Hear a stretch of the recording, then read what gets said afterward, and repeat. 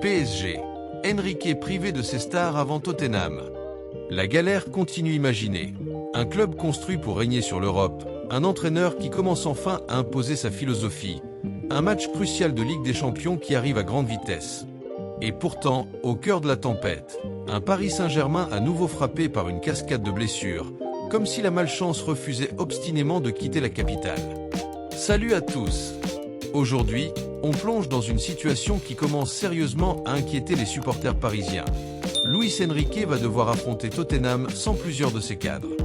Une nouvelle qui tombe comme un coup de massue alors que Paris s'apprête à jouer l'un des tournants de sa saison. Accrochez-vous, parce que ce qui suit pourrait bien changer complètement la dynamique de ce PSG version 2024-2025 retour à la compétition, mais pas dans les meilleures conditions. Après une courte trêve internationale, le PSG retrouvait enfin la Ligue 1 avec un match importantissime contre le Havre. Une rencontre essentielle pour conserver la tête du championnat et surtout reprendre confiance avant le choc très attendu contre Tottenham en Ligue des Champions. Mais avant même de fouler la pelouse, une ombre plane déjà sur le groupe. Les absences s'accumulent et certains forfaits pourraient peser lourd. Très lourds les forfaits qui font trembler Paris.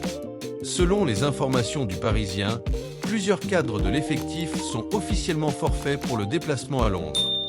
Et ce n'est pas une liste banale. Écoutez plutôt. Ousmane Dembélé, blessé, mais retour espéré début décembre. Nuno Mendes, même situation, un retour prévu prochainement, sans trop d'inquiétude. Achraf Hakimi, et là, les choses se compliquent. Désiré Doué, même constat, et accrochez-vous bien. Son absence pourrait durer jusqu'en 2026. Oui, vous avez bien entendu. 2026. Un coup dur inimaginable pour un jeune joueur censé incarner l'avenir. Autant dire que l'alerte est rouge pour Luis Enrique. Un PSG miné par les blessures depuis le début de la saison. Ce n'est pas nouveau. Depuis plusieurs mois, le PSG accumule les pépins physiques. Et l'un des exploits de Luis Enrique jusque-là, c'était justement sa capacité à maintenir un équilibre compétitif, malgré les absences, malgré les rotations forcées. Le coach espagnol, adepte d'un jeu exigeant sur le plan physique, a souvent réussi à recomposer son équipe avec des solutions inédites, parfois surprenantes, mais toujours cohérentes. Mais cette fois, cela pourrait être différent, parce que perdre Hakimi, pilier de son système, et Doué, l'une des révélations offensives, alors qu'un match crucial approche, c'est beaucoup. Peut-être même trop Tottenham, un choc décisif pour rester dans le top 8 européen.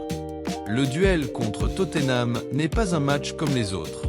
C'est un rendez-vous déterminant pour rester dans le top 8 européen, objectif majeur du club cette saison.